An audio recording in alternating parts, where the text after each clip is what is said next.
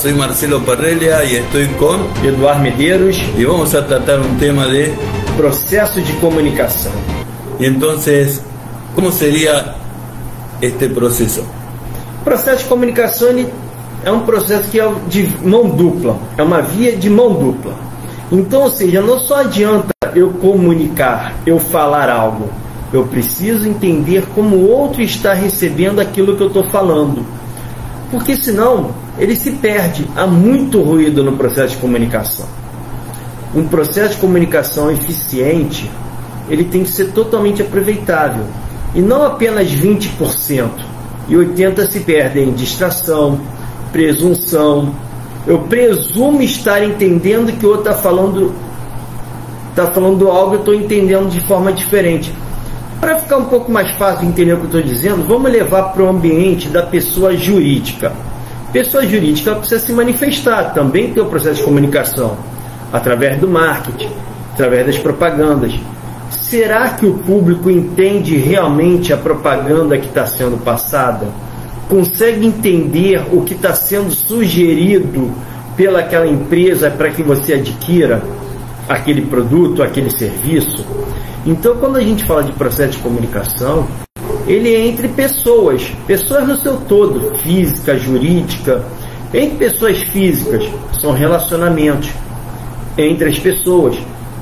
Um filme muito legal, que eu já vou deixar aqui como sacada para processo de comunicação, é um filme Se Eu Fosse Você. Ali você percebe claramente que fica assim, então você está dizendo que eu sou isso, aquilo outro. Porque quando ele fala assim, você está dizendo, eu consigo entender o que o outro está entendendo do que eu estou falando. Então, falar de processo de comunicação, vocês têm meios de utilizar esse processo através da internet, então e-mail, WhatsApp, redes sociais, Instagram, LinkedIn, X. São ferramentas que facilitam o processo de comunicação. Mas será que aquele público realmente está entendendo? Será que eu estou realmente conseguindo criar conexão através do meio que eu estou utilizando? Então, falar do processo de comunicação, ele tem exatamente essa questão da mão dupla, uma via de mão dupla. Que se só eu digo, beleza, me comuniquei, não, isso não é comunicação, você apenas disse algo. Para você entender que realmente o processo de comunicação foi eficiente e eficaz, eu preciso entender como é que o outro interpretou aquilo que eu digo. Tem algumas empresas que já estão num nível tão integrado e coeso com o seu público, que você hoje pode falar assim, eu tenho que tirar uma Xerox. Não, calma aí, Xerox não é o nome que você faz a cópia. Xerox é o nome de uma empresa fabricante de copiadoras. Certo. Refrigerante, Guaraná, Coca-Cola, não são refrigerantes, são nomes de uma marca. Certo. Então, aquelas empresas já conseguiram se comunicar tão bem, já tem tanta comunicação, quase uma simbiose com o seu cliente, que você não fala mais o nome do produto, você fala o nome da empresa. A empresa, ela já tem a visão do que é. Mais notório. É como que te representa, não? A empresa está representando o que vos querés ou o que vos necessitas. Que isso é o que te passa quando vos está vendo a propaganda, não? Sim. Quando você está vendo uma propaganda, você está ali, essa propaganda, você tem mais conexão com a propaganda, não, você tem mais conexão com a empresa. Então a propaganda, ela vai criar essa comunicação, é um meio de um processo de comunicação. Agora, então, digamos, eu e Marcelo, a gente não se vai se comunicar através de propaganda. Claro. Nós vamos nos conectar através de ideias. Então, se eu quero realmente um processo de comunicação mais inclusivo, mais desenvolvido, qual é a ideia que eu estou passando para aquela pessoa com quem eu estou conversando? Ideia é diferente de imagem. A imagem é como eu estou vestido, como é que eu estou apresentável. Mas a ideia eu tenho tal ideia. Marcelo, vamos criar um canal, vamos falar sobre inclusão, desenvolvimento, capacitação de pessoas? Pô, beleza, gostei da ideia, vamos lá, vamos fechar, vamos executar. Aí vamos partir para outra fase, que é a execução. Mas primeiro foi criada uma conexão, através de uma comunicação. Foi comunicada uma ideia, o outro entendeu a ideia, criou-se uma conexão e vamos desenvolver. No relacionamento amoroso, a grande dificuldade também muitas vezes é no processo de comunicação. Eu participei uma vez de um treinamento que tinha a história de João e Maria, que era o seguinte: João e Maria eram casados, até que um dia o João começou a mudar o comportamento dele sem comunicar a Maria o que estava acontecendo. A Maria, entendendo que o João já não tivesse, ela entendendo, então já começou um ruído. Ela, entendendo que João já não tivesse mais a fim dela ou do casamento, foi buscar uma relação extraconjugal. E ela sempre voltava para casa antes do João chegar. Então, assim, João nada sabia o que estava acontecendo, e até essa outra pessoa era de um outro lado da cidade, que havia uma ponte. Até que um dia, ela voltando da ponte, tinha um serial killer que estava matando todo mundo que atravessasse a ponte. Ela ficou com medo, pediu ajuda lá à pessoa que ela estava se relacionando fora do casamento. E a pessoa falou: tem um barqueiro aqui embaixo da ponte. O barqueiro falou: só vai passar aqui se pagar, eu não vou levar ninguém de graça. Nenhum dos dois tinham dinheiro. E aí o cara falou: vocês se viram que o problema é teu, eu estou metendo de pé, eu estou indo para minha casa. E ela foi atravessar a ponte e foi morta. A pergunta do treinamento era: quem deu causa à morte da Maria? Porque se você analisar, tudo começou de um ponto, de um ruído de comunicação. Em vez dela conversar com o João para ver o que estava sendo dito, ou o João falar com ela o que estava acontecendo que poderia afetar o relacionamento, ela presumiu que algo tivesse, ou seja, imaginou algo, presumir algo, e assim começou todo um ruído. Muitas vezes isso que vos estás relatando, ¿no?, de uma história ficticia, estamos viendo de que sucede en la vida real.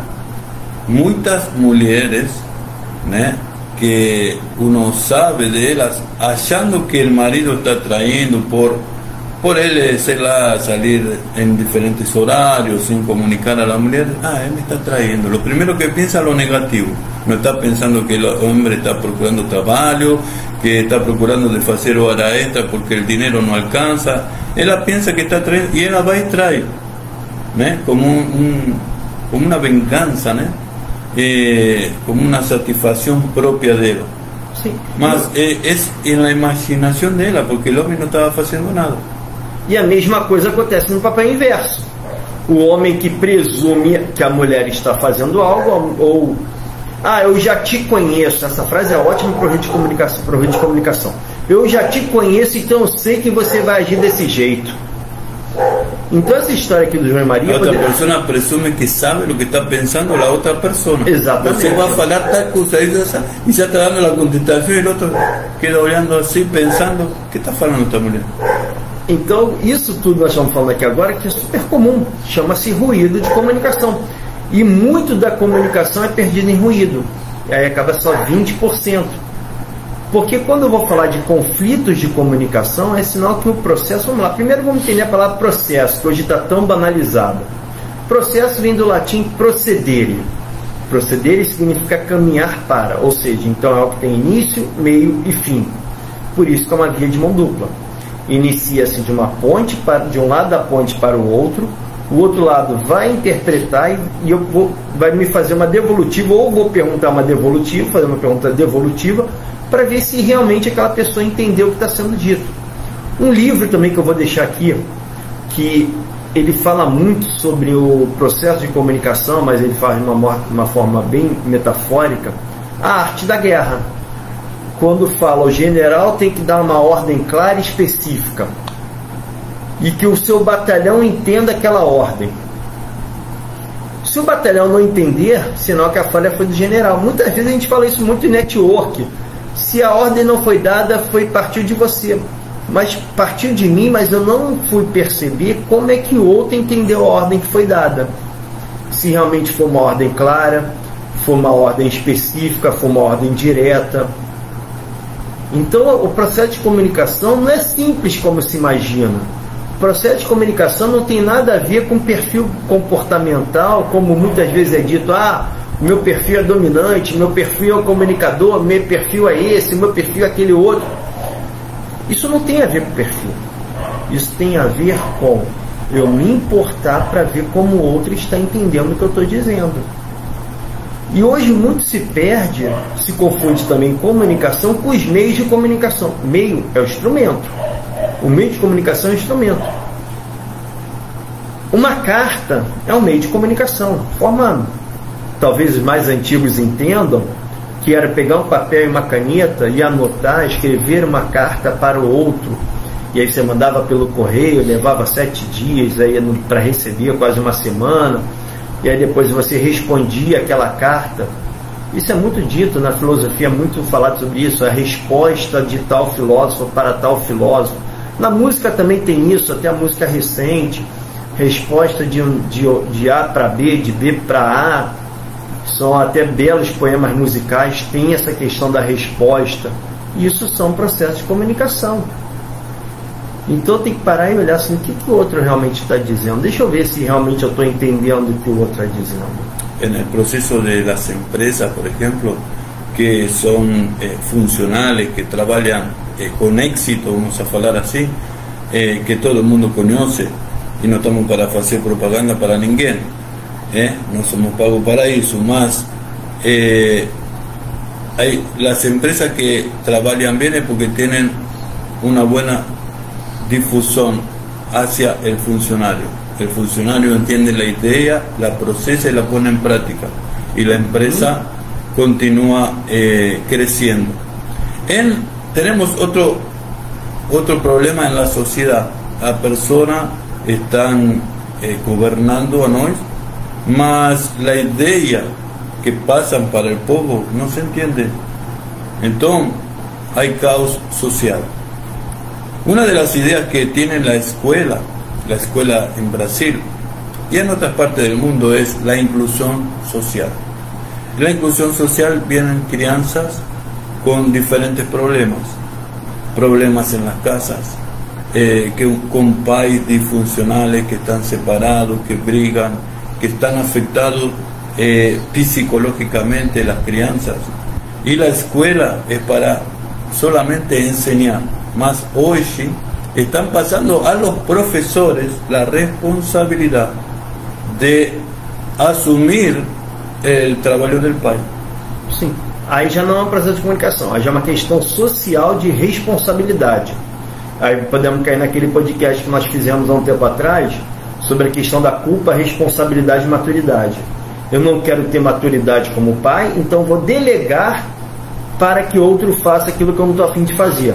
Mas isso não está fazendo o pai, lo está fazendo vamos a falar, los prefectos ou os que estão a cargo da escola, não é certo?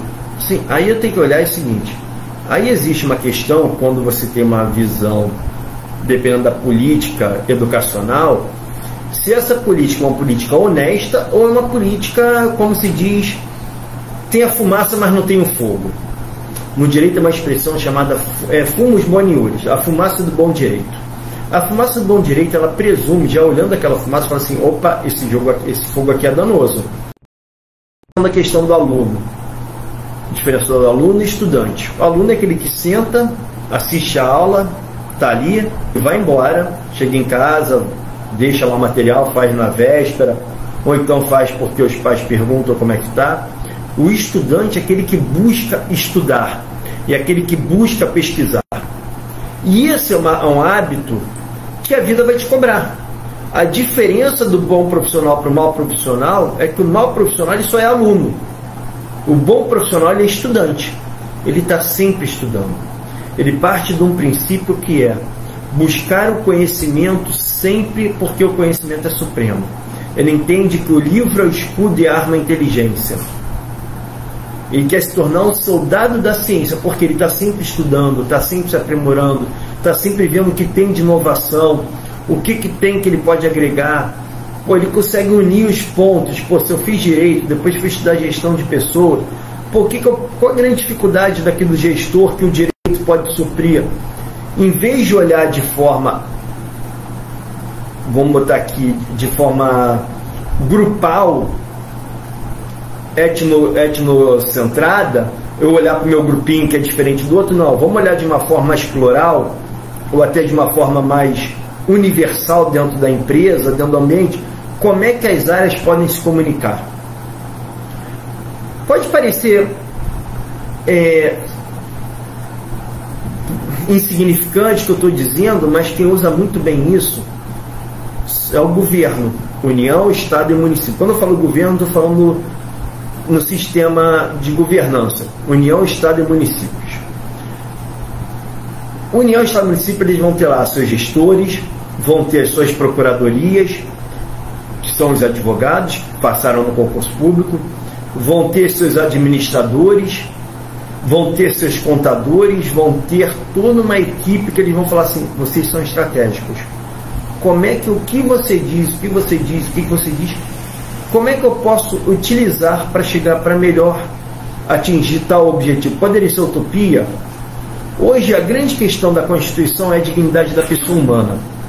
Então vamos lá, o que eu posso tomar de atitudes que não firam a lei, que posso agir de forma como administrador e executor, para que melhor eu ofereça dignidade à pessoa humana. Então, quando eu entendo que algumas áreas são estratégicas dentro do meu sistema de governança, como é que eu posso usar isso? Então, muitas vezes eu vejo empresas se perdendo porque não entendem seus departamentos como possíveis áreas estratégicas. E no caso aqui eu estou falando da pessoa jurídica mesmo. E muitas vezes a pessoa jurídica, o grande problema não está na base, está no topo. Nos seus presidentes, nos seus CEOs, nos seus gerentes, que não querem ouvir o que uma outra área quer dizer. Porque acha, a outra área vai falar é papo chato, é papo de advogado. Uma vez eu vi isso, isso é papo de advogado. E aí, só para ter uma ideia desse papo de advogado, em 2000, quando eu estava ali ainda estagiando, quando eu comecei a estagiar, e depois eu peguei a carteira de estagiário, que na ordem, quando você faz direito, você primeiro, tendo cumprido um determinado requisito de matéria, você pode dar entrada na carteira de estagiário. Então você vai receber uma carteira de estagiário, você exerce a advocacia, mas não na sua totalidade, você tem que ter alguém supervisionando. E aí eu lembro que vários advogados, tanto na esfera pública quanto na privada, botavam a seguinte frase nas suas expedições: excelência, cuidado com as decisões que estamos tomando. Nós entramos numa seara muito perigosa. Nós estamos começando a inverter valores. Pior que uma sociedade sem valores é aquela com valores invertidas.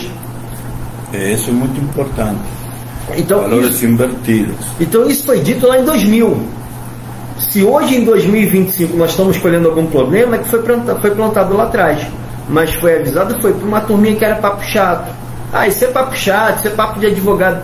Mas quando eu entendo, não vou olhar de uma forma global, universal, aquele papinho chato pode ser alguém já alertando e falar, isso aqui vai ficar pior, dá para piorar.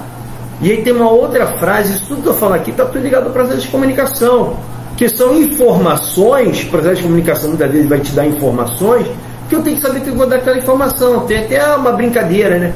A diferença de informação e conhecimento. Informação é saber que tomate é fruta. Conhecimento é saber que você não vai botar o tomate numa salada de fruta. Então, quando você entende o que são as informações, o que está sendo informado, deixa eu ver se isso aqui não está sendo um alerta. Porque tudo que é vivo evolui. O mal é vivo, fica pior. O bom é vivo, fica melhor. Há muitos valores invertidos em todas partes do mundo. Y hoy parece como que el profesor es el culpable, ¿no? Y parece como que es perseguido. Hoy tenemos en la inclusión social, en las escuelas, niños, crianças que no obedecen reglas. ¿Cómo podemos melhorar isso? Vamos lá, questão de regra, entender. Primeiro nós temos uma grande questão de crença social, de crenças coletivas. Regras são para serem quebradas, regra é para o inimigo, para mim vale tudo. Então, dependendo de quem você esteja passando essa mensagem, tem uma frase muito simples, um ditado chinês que eu adoro, muito simples. a água desce a montanha. Se você está reclamando que a base social tá uma bagunça, olha para cima. Vê se o que está vindo de cima é algo que você está seguindo de bom ou de ruim. Então, quando eu começo a olhar a água dessa montanha, beleza, a água dessa montanha vai trazer tudo que tem de bom e tem de ruim. Quais são as crenças que estão sendo passadas? Qual é a imagem, aí vamos falar de imagem, também está ligado ao processo de comunicação. Uma empresa, você olha lá, como é que é a imagem daquela empresa? Ela é arrumada? É organizada? Tem tudo estruturado? Ou vai tudo de qualquer jeito? Isso é uma forma de comunicação. O Charlie Chaplin foi um grande comunicador e era de uma linguagem não falada. Ele conseguia comunicar o que era aquela questão da massificação de tudo padronizado, de tudo, que cada um fazia uma coisa, tanto que ele tem lá o famoso videozinho, né? Ele lá apertando a porca, apertando lá o parafuso, e aí quando ele fala até que ele surta e começa a apertar tudo que é lugar, entra até numa máquina, ou seja, mostrando que aquilo ali poderia levar a um extremo da sobrecarga de hora, que poderia ter alguns acidentes de trabalho, coisas piores, tal. Então, a imagem, ela tem uma comunicação. O que eu quero comunicar? Então, qual é a imagem que eu estou comunicando quando eu falo que regras são para serem quebradas? Que hoje nós temos que ouvir, o cliente tem sempre a razão. Nem sempre o cliente tem a razão. Às vezes não sabe nem do que está falando, né? Ora, nós não podemos punir adolescente. Então, estou falando para que responsabilidade vale tudo. Regras são para serem quebradas. Então, quando a gente começa a falar sobre questão educacional, está ligado à comunicação. O que eu quero comunicar? Que eu sou uma sociedade séria, respeitada? O que eu permito? Eu sou de uma época que os programas tinham e os pais cumpriam faixa etária para tal idade. O tal filme só vai passar depois de tal hora, porque era para maiores de 18 anos. Cara, é uma fase que todo mundo queria ter 18 anos para poder ver aqueles filmes que só poderiam ver se quem tivesse 18 anos. Então são comunicações que estão sendo dadas. Então quando eu comunico que vai de qualquer jeito, regra para ser ignorada, eu só não estou comunicando uma imagem, como eu também estou comunicando uma crença. E acima da crença vai estar o valor. Qual é o valor que eu quero? Liberdade a qualquer custo? Y aparte, ¿quién tiene la libertad? ¿Quién tiene la última palabra? Siempre fue la persona mayor, la persona responsable que está educando. Solo que ahora invirtieron el valor y la crianza tiene la responsabilidad que está liberado para hacer cualquier cosa. Entonces, no estudia, no se sienta en la escuela, grita, el profesor no sabe cómo contener. Y ahí están poniendo ahora psicólogos para los profesores, para ver el grado de culpabilidad del profesor. Eso está aconteciendo ahora en las escuelas. Entonces, tenemos que tomar mucho cuidado con lo que está aconteciendo en la sociedad y en la inversión de valores. Sim, vamos lá. Quando eu falo de culpa, o que é culpa? Eu não quero a responsabilidade, então eu vou transferir a responsabilidade para o outro. Culpa é isso, eu terceirizo a responsabilidade. Então a culpa é do colégio. Se a culpa é do colégio, alguém está transferindo responsabilidade para o colégio.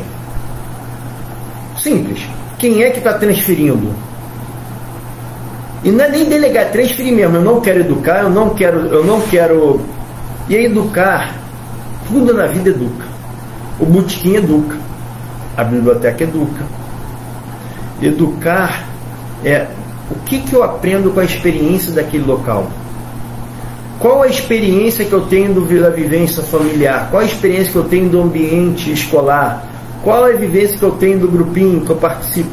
Estou sendo educado. Que a experiência forma a educação. E isso vai fazer do quê? O que está sendo comunicado a mim? Então, quando eu entendo que eu tenho uma responsabilidade, não quero atuar, porque eu não quero ser responsável sobre A, B, C. E tem uma frase muito legal que eu gosto, de um autor do livro, que vejo muita gente lendo. até questiono se realmente muita gente está lendo, que ele fala o seguinte: a forma como você faz uma área, você atua numa área da vida, você atua em todas as áreas. Ora, se eu não sou responsável dentro da minha casa com quem eu deveria ser, eu não vou ser responsável em muitos outros lugares. Responsabilidade não quer dizer que você não vai passar por dificuldade. Você pode passar por dificuldade. E a dificuldade faz parte da vida. Até mesmo para ver o quanto você tem de capacidade de superar. Ver se você realmente está a fim de crescer ou está a fim de ficar estagnado. Mas mesmo diante da dificuldade, eu tenho que ter uma responsabilidade em querer mudar, em falar, pô, vamos lá, vou fazer parceria com quem eu posso conversar, o que eu posso aprender. Porque criar novos neurônios não é você fazer de repetir aquilo que você está aprendendo. O que mais que eu posso aprender? Talvez veja assim, não, vai caminhar porque você vai criar novos neurônios. Não, você não vai criar novos neurônios. Você vai criar uns neurônios que vão te condicionar a você ter disciplina para caminhar, para correr, para fazer qualquer atividade física. Mas se você quiser criar novas conexões, você vai ter que fazer algo diferente. Você vai ter que aprender algo diferente. Você vai ter que ser responsável por querer algo diferente. E a responsabilidade é uma questão tão profunda, já que nós estamos voltando para esse campo da responsabilidade.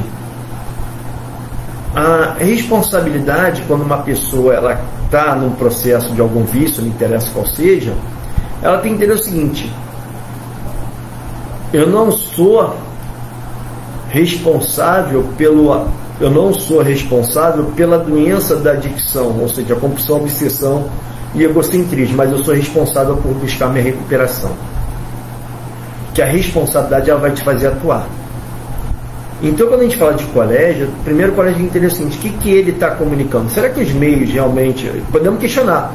Os meios de aprendizado podem ser questionados. O meio que você está comunicando o aprendizado pode ser questionado.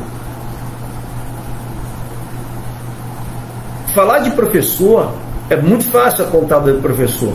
Mas já reparou que o método de educação do professor é o mesmo desde os seus primórdios? Quadro, giz, agora não é mais giz, mas é o quadro e uma caneta. Os mais evoluídos agora é um PowerPoint. Mas é sempre na fala do professor. Pô, viu que tá chato? Cara, muda. Faz podcast. E vê lá se o professor tal, você vai dar qualidade de vida para o professor, vai melhorar o meio de comunicação para se tornar mais atual e de repente pode facilitar o processo de aprendizado daqueles alunos. Mas a comunicação, ela vai ser sempre entre professor e aluno. Qual o grande problema? Será que realmente existe comunicação? Será que os alunos estão dispostos a receber aquilo que eu tenho de aprendizado? Vamos lá, vamos falar de crenças limitantes, coletivas, ligadas ao ambiente educacional. Matemática é chato, física é difícil, química jamais você vai aplicar isso na tua vida, biologia para que serve? Eu só preciso de aprender a somar e escrever bem. Então, quando eu entendo que isso são crenças, a crença vai formar valores. E aí esses valores são palavras simples com grande peso: liberdade, bem-estar, prazer, conquista, realização. São palavras que têm peso, têm valores. Mas a crença olha a crença que nós temos na área de educação: matemática é chato, física é difícil, biologia para que serve, para que eu quero saber sobre minhoca, sobre não sei mais o que lá, e para que geografia? Geografia isso é fácil, basta olhar o mapa. Mas será que eu vou entender o que o mapa quer me comunicar? Para que história? Para que essa parte é chata, um monte de gente que já morreu, um monte de coisa que aconteceu lá atrás. Então, quando eu começo a ter esse questionamento nesse nível, eu estou começando a criar crenças numa sociedade que vão ser as mesmas crenças que o cara vai falar: dinheiro é sujo,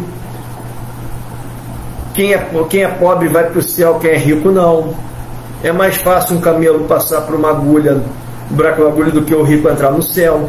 Isso tudo são crenças limitantes em níveis sociais. Eu estou mostrando tanto financeiro como foi educacional. Mas porque o que o topo está me mandando? E aí quando eu vou falar de processo de comunicação, não é um processo simples, não é, eu sou comunicativo, então eu tenho facilidade. Pô, beleza, você é comunicativo, realmente as pessoas estão entendendo o que você está se comunicando? Eu conheço um monte de gente que tem o perfil comunicativo e quando eu vou olhar eu falei, cara, uma boa, eu não me conecto contigo. Eu sou comunicativo, meu dominante é o comunicativo, eu vou falar com outro comunicativo e eu tenho dificuldade às vezes. Está ligado ao perfil ou está ligado à falta de conexão?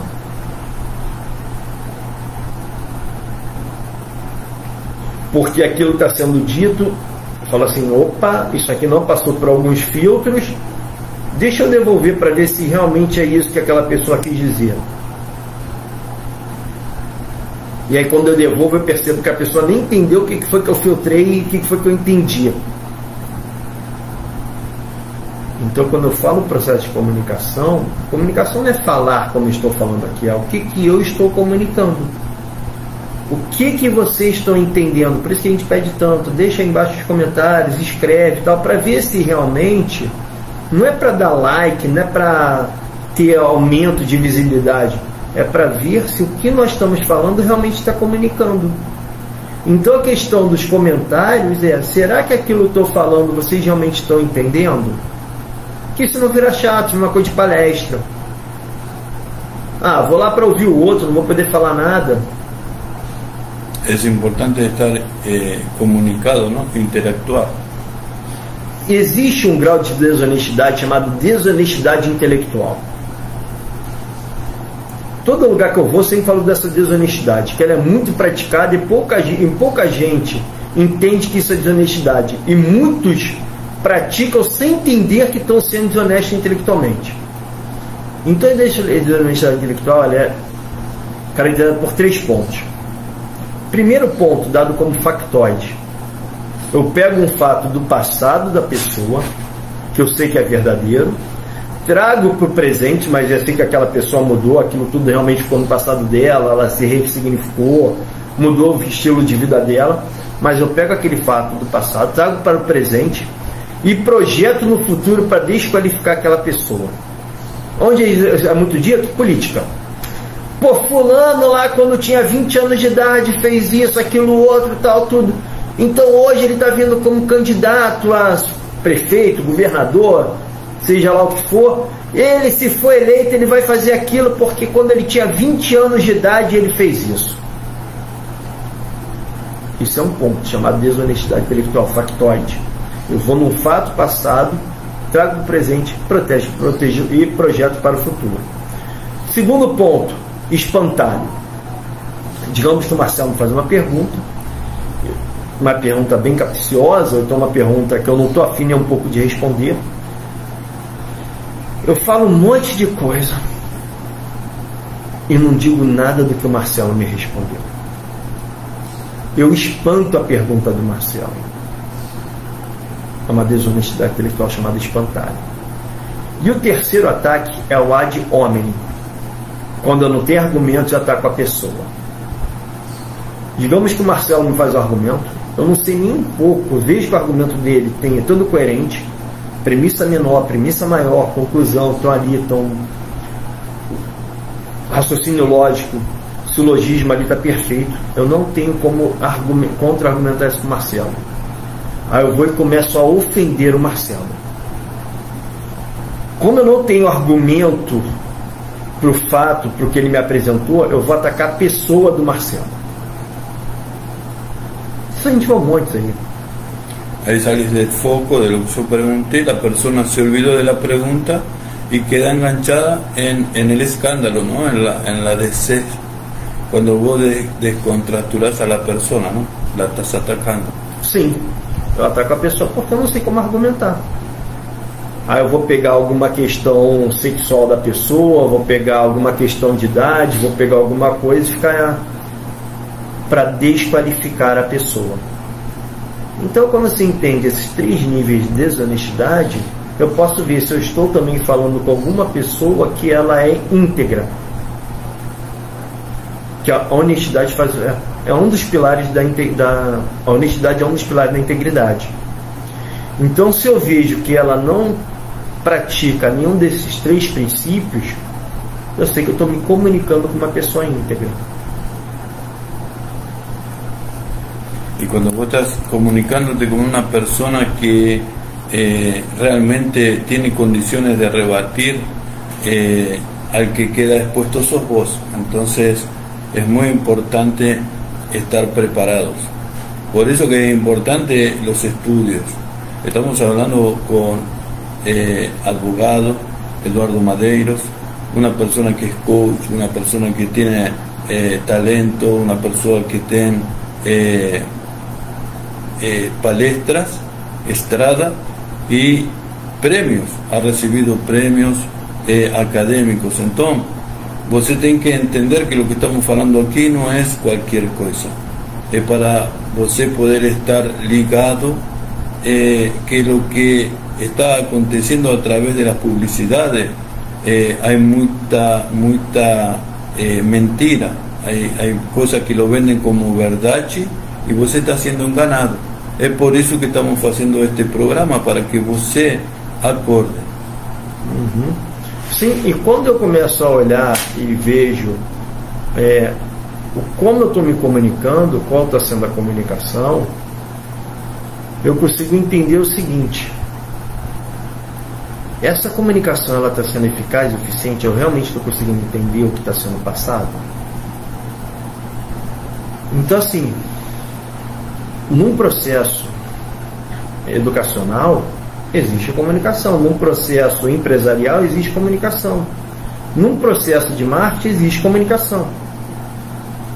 Então, quando eu falo processo, eu falo de início, meio e fim, tá? Eu pego o processo como uma caminhada, uma jornada que tem início, meio e fim. Qual é o início? Aquilo que eu manifesto. O meio, como a pessoa entendeu. O fim, será que ela vai executar aquilo que eu realmente combinei, foi acordado? Então, falar de comunicação não é uma coisa, porque nós temos comunicação não verbal. O que é a comunicação? O corpo fala. A forma como eu estou passando para vocês aqui, minha postura, é uma postura de quem sabe, é uma postura de quem conhece, é uma postura mais ou menos. Entendeu?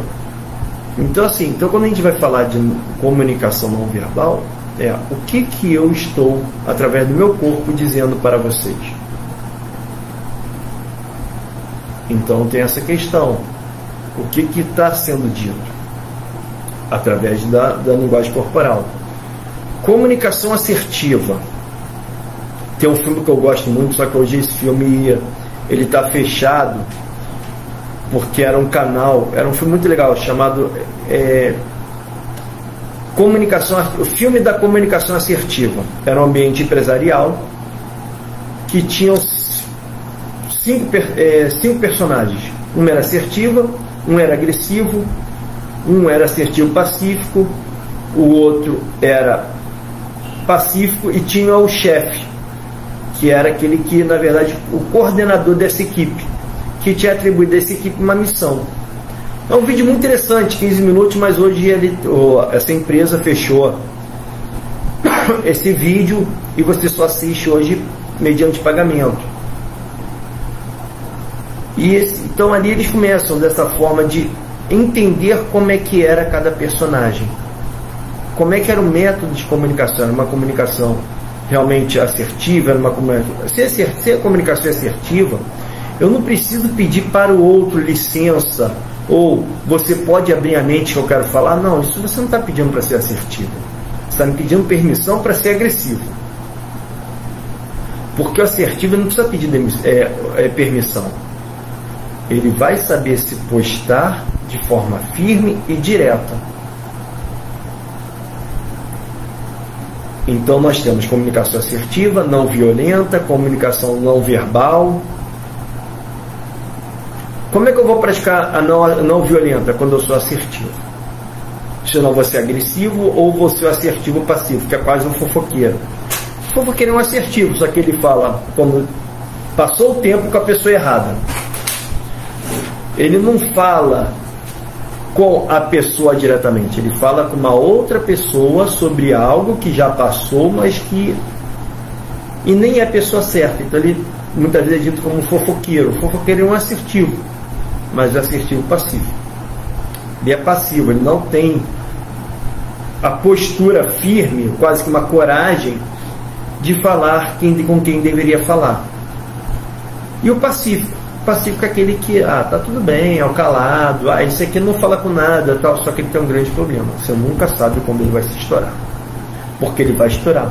É uma bomba relógio. Ele está guardando, até que uma hora ele explode. Você nunca sabe quando é que ele vai explodir. Então, quando eu vou entender de comunicação, esses são os perfis de uma comunicação. Eu tenho verbal, não verbal, corporal, verbal, não verbal. Verbal, isso que nós chamamos não verbal, postura corporal, reta, tal, tudo, como é que é. Digamos que eu esteja aqui com vocês e assim, dessa forma. Como é que seria essa linguagem? Eu poderia mostrar, então, essa é uma linguagem não verbal, a linguagem corporal, o corpo fala. Eu estou falando de forma assertiva, firme, ou estou sendo agressivo, então é a comunicação não violenta. Isso tudo faz parte. Então muitas vezes parece simples o processo de comunicação. A comunicação é simples. Não, não é. Tanto que muita gente tem dificuldade de redigir carta, redigir ofício, redigir petição. Petição é com o advogado. Não, não é. Qualquer pessoa. O que é petição? É o direito de pedir. Só que para alguns lugares eu tenho que pedir mediante escrito. Quando você vai no órgão para ou tirar a habilitação para fazer a tua renovação da habilitação, você está entrando com uma petição. Só que com aquele formulário pronto, ele já está te facilitando como é que você vai fazer aquele pedido, aonde você vai marcar. Porque se desse uma folha em branco, um papel e uma caneta, uma folha em branco e uma caneta, será que você realmente saberia pedir a tua renovação ou a tua solicitação de habilitação? Então, quando eu olho isso, eu falo assim, eu tenho que saber até o que eu vou pedir de forma verbal ou escrita. Também existe comunicação escrita. E como é que eu melhoro muitas vezes minha comunicação? Buscando conhecimento. Pesquisa, estudo, leitura. O que eu estudo é algo que vai me engrandecer ou simplesmente eu fico no controle de massa? Estou até aqui no assunto bem delicado, controle de massa. Controle de massa eu não quero que a grande massa evolua, porque existe uma lei chamada Lei de Pareto, que não é nenhuma lei jurídica, que é 20 para 80. 20% domina 80%. Esse 80% é massa. Como é que esses 20% criam mecanismos para acomodar 80%? Se olhar cenário nacional, nós vamos ver alguns mecanismos muito simples. Novelas, reality shows, futebol, carnaval. E muitas vezes eu divido a massa com brigas de etnia. Meu grupo X, meu grupo Y, meu partido A, meu partido B, meu time é Z, o teu time é... Ou seja, cria um conflito, cria uma dualidade. Em vez de fazer com que eu e você sejamos um, não, é você contra mim. Lo vemos eso todo el tiempo con el fútbol, ¿no? Yo soy de tal time, yo soy de otro time, ahí empieza la rivalidad, empiezan las brigas, né? Isso lo vemos todo el tiempo. E isso é uma coisa de... Isso tem interesse a quem? Alguém tem interesse com isso. E aí quando eu começo a buscar mudar, a quem está querendo que eu continue sendo massa? Porque se eu não quiser ser massa, eu vou ter que quebrar um platô, ou seja, quebrar um nível. Pô, quero sair desse nível aqui, quero ir para isso, o que eu preciso? Então é aquela velha história, o carro para descer a ladeira você não precisa nem ligar o carro, basta soltar o freio de mão que ele desce. Agora para subir a ladeira não adianta soltar o freio de mão, você vai ter que ligar o carro, engrenar uma primeira, fazer a ladeira, ou seja, vai ter que ter trabalho. Marcha de força, aquele ponto lá que o carro realmente você já sente que pode tirar o pé do freio ou então soltar o freio de mão pelo método que cada um acha melhor, até que o carro realmente suba, porque se não tiver força suficiente, mas fazendo isso ele vai descer. Então quando eu vou quebrar platores é o que eu preciso aprender, e aí sim eu vou criar novos neurônios, não fazendo mais acordar, caminhar, tomar banho frio. Pô, beleza, pode ser ótimo para a saúde. Você está criando novos neurônios? Não, você não está criando novos neurônios. Você está apenas fortalecendo aqueles neurônios que foram criados. Você está fazendo com que haja mais neuroplasticidade, mais aprofundamento daqueles neurônios. Aqueles que não são trabalhados vão, através da neuroplasticidade, vão ser mais fragilizados, vão cair num esquecimento. Que podem ressurgir, podem, se você voltar a praticar velhos hábitos. Por isso que o processo de recuperação é um processo difícil. A gente está falando aqui de vários assuntos, né? Começando com comunicação, mas todos isso são formas de comunicação. O que eu estou também comunicando ao meu corpo? O que eu estou dizendo para o meu corpo? Eu quero ser uma pessoa saudável, uma pessoa que tenha mais qualidade de vida, mais satisfação de vida, ou como tá bom? Es como la persona se siente, ¿no? Si la persona quiere ir a niveles más altos, se tiene que preparar más. Entonces, todo depende de você.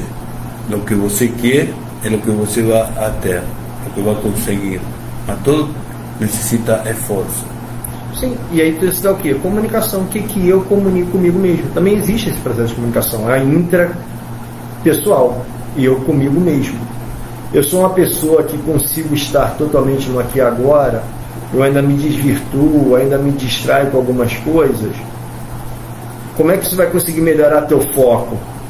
Bom, você melhora teu nível, você elimina algumas distrações. Como é que você faz isso? Estando no aqui e agora, tendo uma mente mais meditativa. O que eu estou buscando fazer? Então, quando eu começo a entender isso, cara, é um processo interno de comunicação. O que eu estou comunicando a mim? Tem gente que fala assim, pô, tu acorda tarde. Tá, beleza, eu posso acordar tarde, mas já viu a hora que eu vou dormir? Porque aquele horário pode ser mais produtivo. Então, pode ser o horário que eu tenho mais ganho. No momento atual, preciso daquele horário para o que eu quero chegar. O que eu estou comunicando comigo? Então tem que tomar muito cuidado com alguns padrões, com algumas coisas que são ditadas por gurus, até mesmo para entender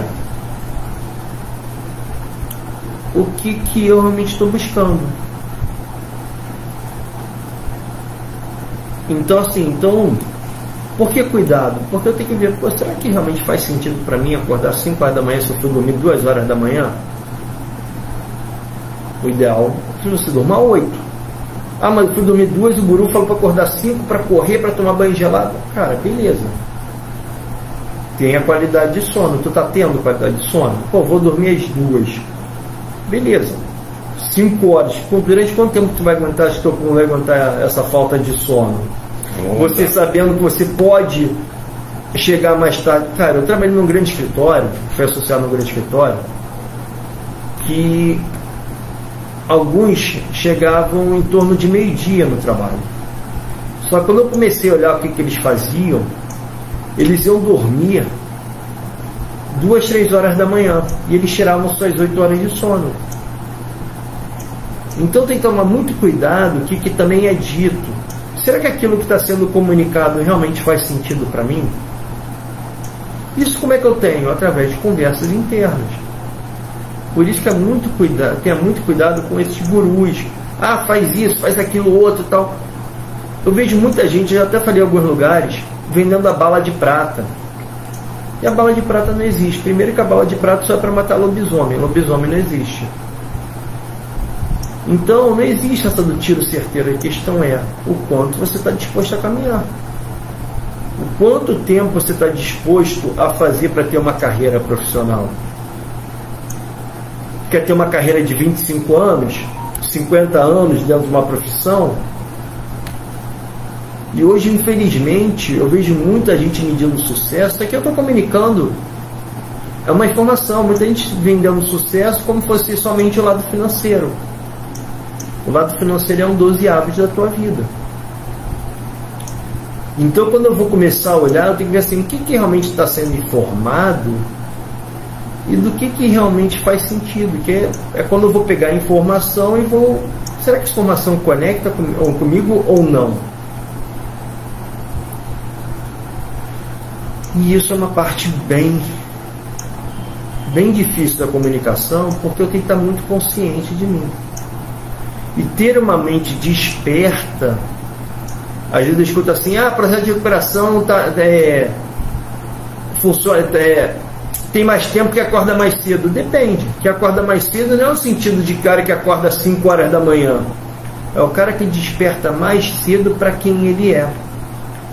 Aí vamos falar de missão, visão, propósito. Pode ser até um tema de um próximo podcast, hein, Marcelo? Sim, perfeito. Porque isso tudo está ligado à consciência. Então, quando eu começo também a ter consciência, como é que é o meu processo de comunicação? Porque senão eu se perco. Eu não sei se tem como postar aqui agora, mas eu depois vou tentar compartilhar com vocês um gráfico do que é um processo de comunicação e quanto se perde no processo de comunicação. Eu criei um curso para casais e um dos tópicos é processo de comunicação, e ali eu apresento exatamente esse gráfico. Para quê? Para que não se tenha essa perda. Aquilo que eu falo, o outro realmente entende, me faz uma devolutiva. É cansativo? É cansativa essa técnica. Só que ela é muito eficiente e eficaz. Primeiro eu tenho que estar realmente compromissado e querer entender o outro. Será que realmente eu estou compromissado e querer entender o outro?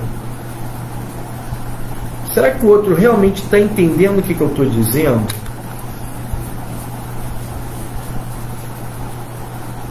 Então assim, quando eu olho para isso, eu tenho que falar assim, realmente o outro está entendendo? Por isso que relacionamentos longos são difíceis. Por isso que relacionamentos com muito tempo são difíceis, porque eu tenho que realmente estar comprometido em saber entender o que o outro está dizendo. Una de las cosas que también tenemos que tener en cuenta que